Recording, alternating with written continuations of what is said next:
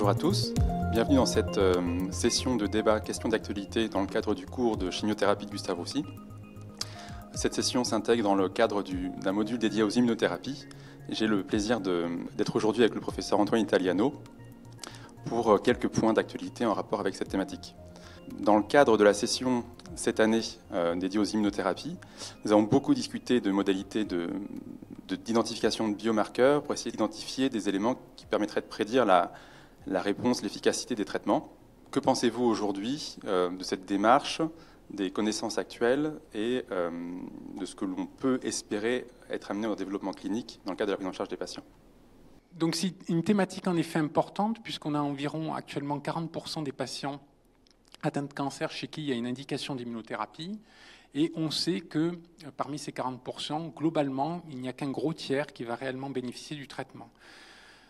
Donc il est extrêmement important pour le coup d'identifier de la manière la plus précise possible les patients susceptibles de bénéficier d'approches d'immunothérapie, à la fois pour le patient, pour leur éviter de recevoir des traitements inutiles, et sur un plan plus sociétal, pour réduire la toxicité financière des immunothérapies qui reste encore à ce jour extrêmement importante. Alors, il y a déjà des biomarqueurs qui sont utilisés en routine clinique. Le plus connu d'entre eux, l'expression de PD-L1 par les cellules tumorales, qui fait partie du label d'autorisation de mise sur le marché de certaines immunothérapies dans certaines indications, notamment les cancers bronchiques ou les cancers ORL. Mais on sait que, en l'occurrence, ça reste un biomarqueur imparfait. Certains patients exprimant PD-L1 ne répondant pas au traitement et vice-versa. Probablement un seul biomarqueur est insuffisant pour caractériser la population de patients susceptibles de bénéficier d'immunothérapie, et donc on doit aller plus loin dans nos travaux de recherche.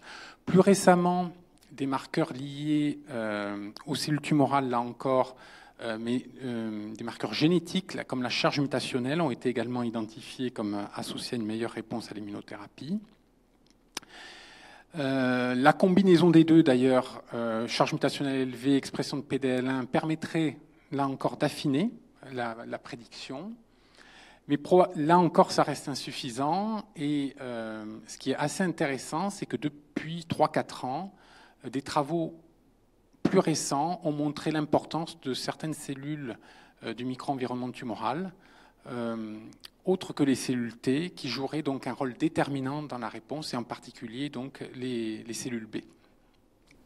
Dans le cadre de ces travaux pour essayer de décrire au plus près le micro-environnement immunitaire dans les tumeurs, effectivement, il y a eu ces descriptions importantes sur la description de l'infiltration par les lymphocytes T, là où vous parlez des lymphocytes B, notamment il a été décrit ces structures lymphoïdes tertiaires qui sont présentes dans des tissus indépendamment du cancer dans des contextes inflammatoires.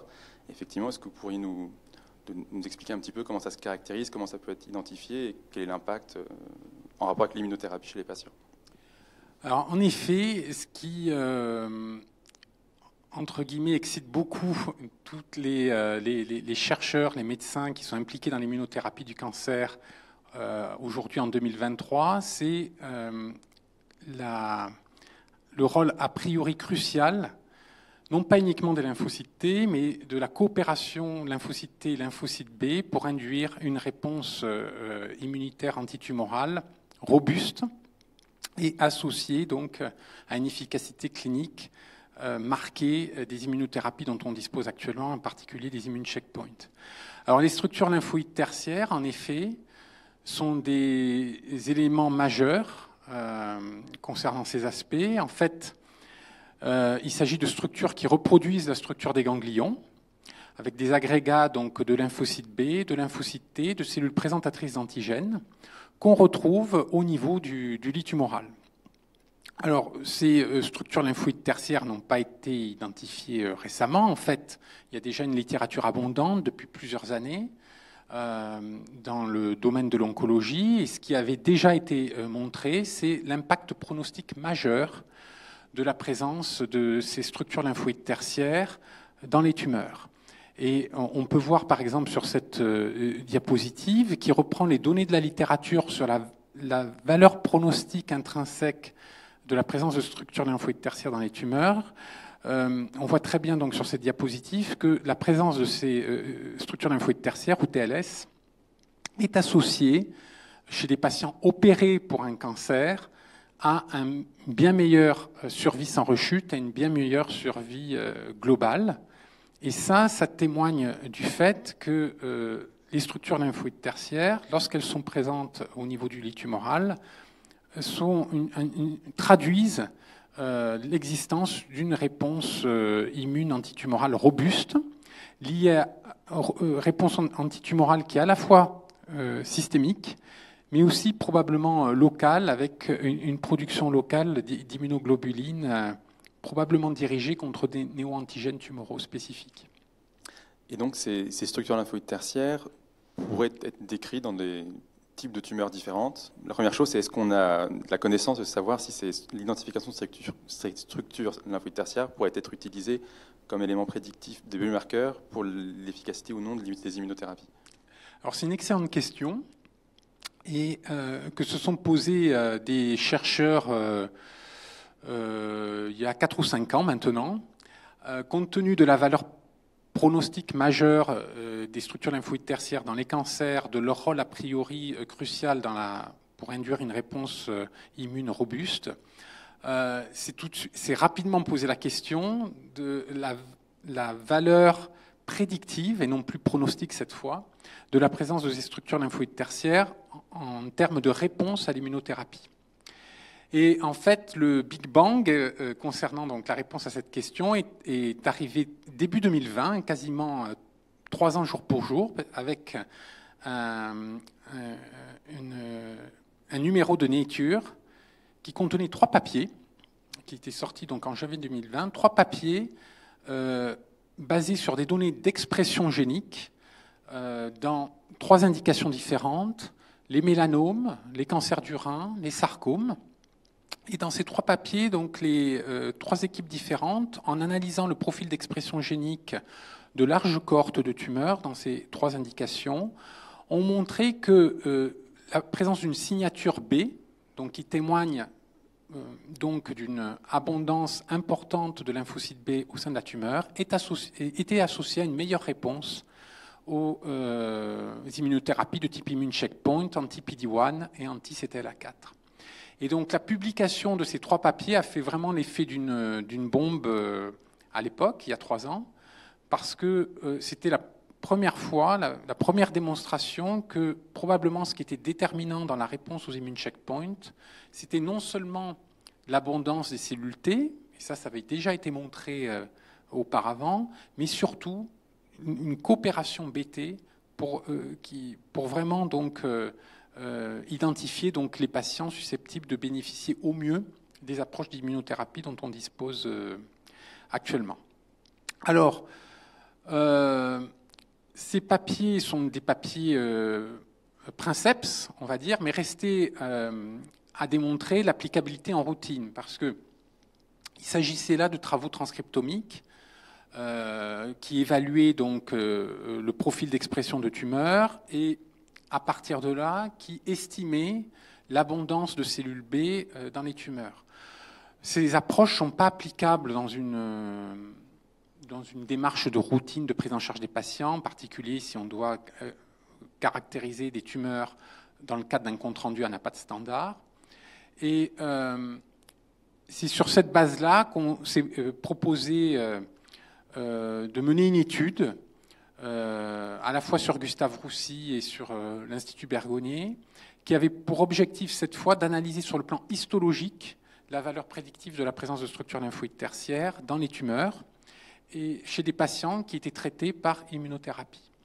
Donc en analysant 3 cohortes indépendantes de patients traités par immunothérapie, on a pu ainsi démontrer que la présence de structures lymphoïdes tertiaires définies sur le plan histologique, et elles peuvent être définies par n'importe quel anapathe, était très fortement corrélée à la réponse, et ceci indépendamment, et là c'est vraiment important, de biomarqueurs qui étaient déjà utilisés en routine, comme l'expression de PDL1, et aussi d'ailleurs, puisqu'on l'a analysé sur une des cohortes, de la charge mutationnelle. Et ceci dans des types histologiques différents? Absolument. Donc les 3 papiers dans Nature et ce papier dans Nature Cancer ont été des papiers pan-tumeurs. Enfin, les papiers dans Nature concernaient 3 indications différentes, et très différentes même sur un plan clinique, le mélanome, le cancer du rein, le sarcome. Ils allaient tous les 3 dans le même sens, c'est-à-dire forte expression de cellules B, surrogate des TLS, meilleure réponse à l'immunothérapie. Et le papier histologique reprenait plus de 500 patients avec plus de 11 indications différentes. Et on retrouvait donc cette valeur prédictive, quelle que soit l'indication.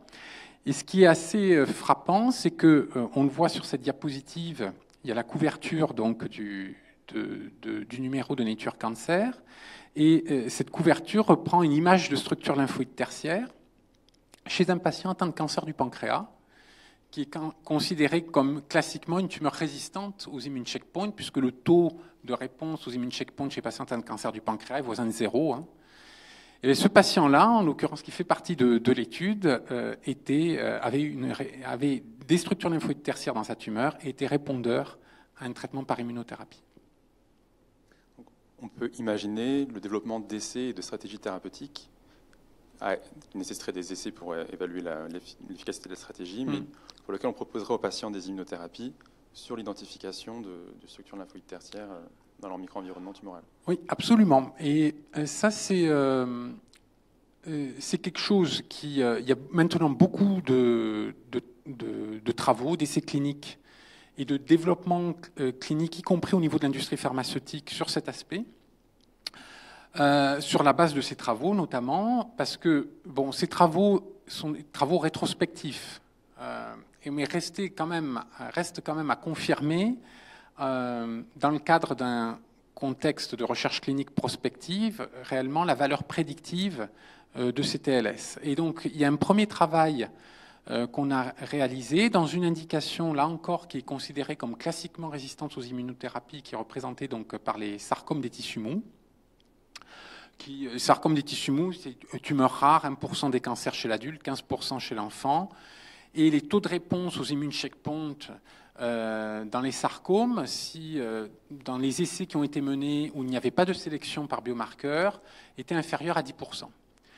Et donc, sur la base de ces travaux, on a décidé donc de mener une étude clinique où les patients étaient sélectionnés sur la base de la présence de structures lymphoïdes tertiaires. Et dans les sarcomes, les structures lymphoïdes tertiaires sont présentes environ chez 20% des malades.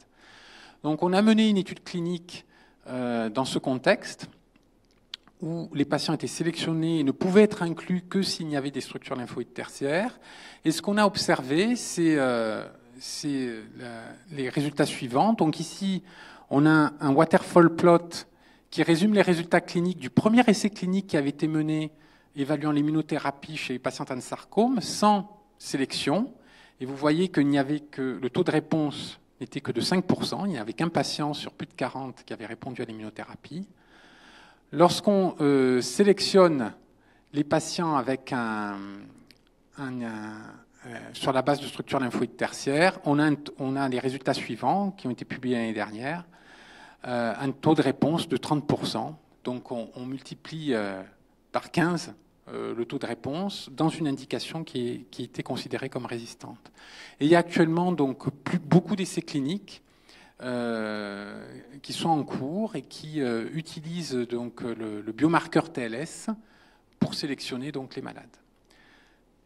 Il y a une autre approche qui est également à l'étude et qui fait l'objet de beaucoup d'investigations à la fois sur le plan académique et sur le plan de la recherche industrielle, c'est puisque les TLS sont prédictifs de la réponse à l'immunothérapie, pourquoi ne pas induire des TLS dans les tumeurs où ces TLS ne sont pas présents. D'accord. Et donc, des stratégies thérapeutiques qui seraient développées pour essayer d'induire des structures lymphoïdes tertiaires.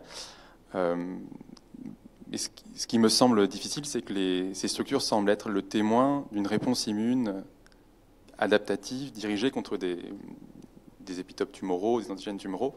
Donc, comment on pourrait imaginer induire quelque chose qui est inexistant dans le corps du patient et dans sa tumeur? Oui, c'est une excellente question. Alors, il y a pour l'instant quelques données précliniques. à prendre avec des pincettes justement parce qu'elles sont précliniques, mais cette induction de néo-antigènes tumoraux pourrait éventuellement être réalisée avec des approches conventionnelles. La chimiothérapie, et il y a notamment des données précliniques dans le cancer du sein qui suggèrent que des chimiothérapies, notamment à base d'anthracycline, qui ont été décrites comme étant capables d'induire une mort immunogénique, pouvaient induire des TLS. Il y a quelques données cliniques qui vont dans ce sens, qui ont été l'année dernière rapportées à l'ASCO dans les sarcomes, avec une équipe du MD Anderson qui a rapporté des travaux d'un essai de chimiothérapie néoadjuvante.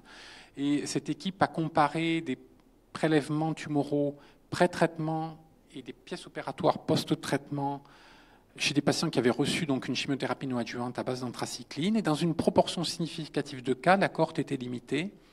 Les investigateurs avaient observé l'induction de structures lymphoïdes tertiaires. Donc il y a cette approche-là.